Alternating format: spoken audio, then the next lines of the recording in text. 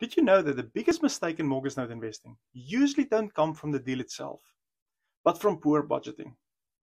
Let's break down some smart strategies to make your investing budget work for you.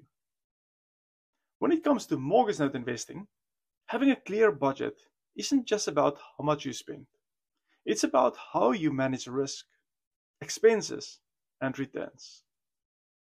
Start by asking yourself, do you want steady monthly cash flow, long-term wealth growth, or to buy discounted notes for higher returns?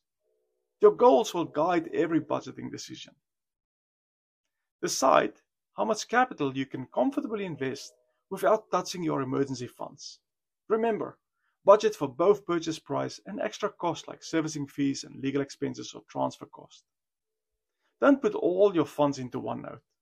Spread them across performing, maybe non-performing, and even re-performing notes to balance cash flow and growth while lowering the risk. Also, budget for title searches, collateral reviews, and borrower history checks. Skipping due diligence can cost far more than doing it right up front.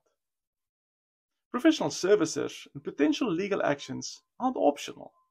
They're part of the business. Build them into your budget so you don't get caught off guard. And finally, don't let profits sit idle. Reinvest them into new notes and watch your portfolio compound over time.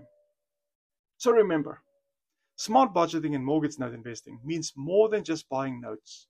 It's about planning for expenses, managing risk, and reinvesting growth. If this was helpful, please follow us for more practical strategies to build your knowledge and confidence in note investing.